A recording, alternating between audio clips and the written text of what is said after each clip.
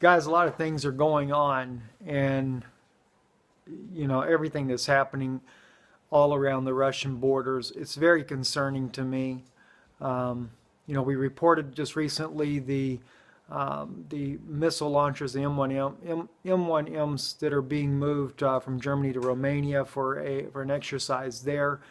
Now NATO is talking about increasing their flights over the Black Sea, their reconnaissance flights, their patrols, etc. Another provocation, no doubt, with Russia, because that's where the Black Sea gets its name from. After Russia defeated the Turkish Empire, they changed the name to my Russian Black Sea, the Cherny Moya, which is my Black Sea, and you have that. Now you have Russia and Syria talking about doing a major offensive in Aleppo at dawn. And I'm assuming that's tomorrow morning. And in this offensive here, they're planning to take all of Aleppo. They're going to liberate it. Hezbollah will be fighting along with them. Several other groups will be fighting. The Russians and Syrians will take to the sky to do the bombing campaign. And Russia is calling for, both Russia and Syria is calling for a no-fly zone over Aleppo. Any Turkish plane, now they didn't specify NATO planes, but they said any Turkish plane that dares enter in to the no-fly zone will be shot down. I'm afraid it's going to happen. Something's going to happen somewhere here very soon. There's been near misses already. Something's going to take place, and it's not going to be good. And it's going to erupt into a world war. Now, sometimes I wonder, though. I know there's been some people stating and believing that Putin was actually assassinated already, and the devil's been playing his part. I've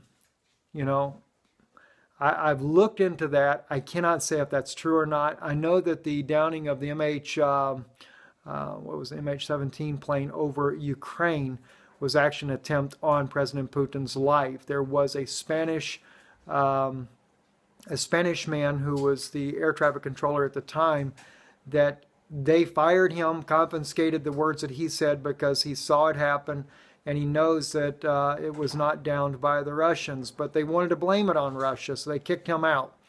That's actually reported by a Czech investigative journalist that brought that out in the Czech Republic. But you can count on one thing: not many people know about his report either.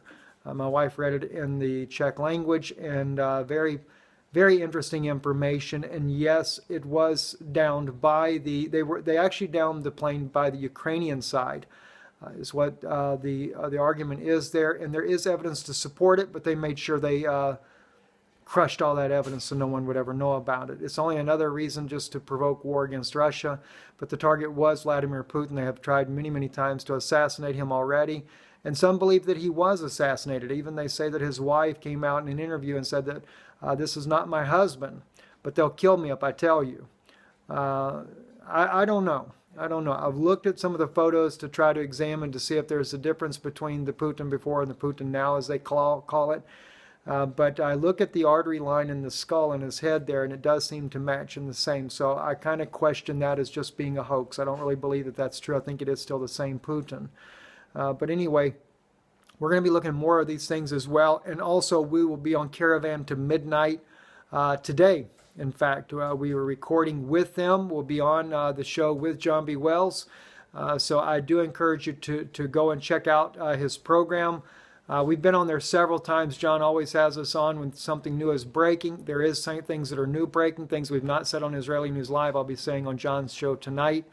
So check out Caravan to Midnight. He is on YouTube, but if you want to be able to see his actual broadcast, you do have to subscribe to his program there. I know it's not that expensive to do it anyway. We're actually subscribed as well.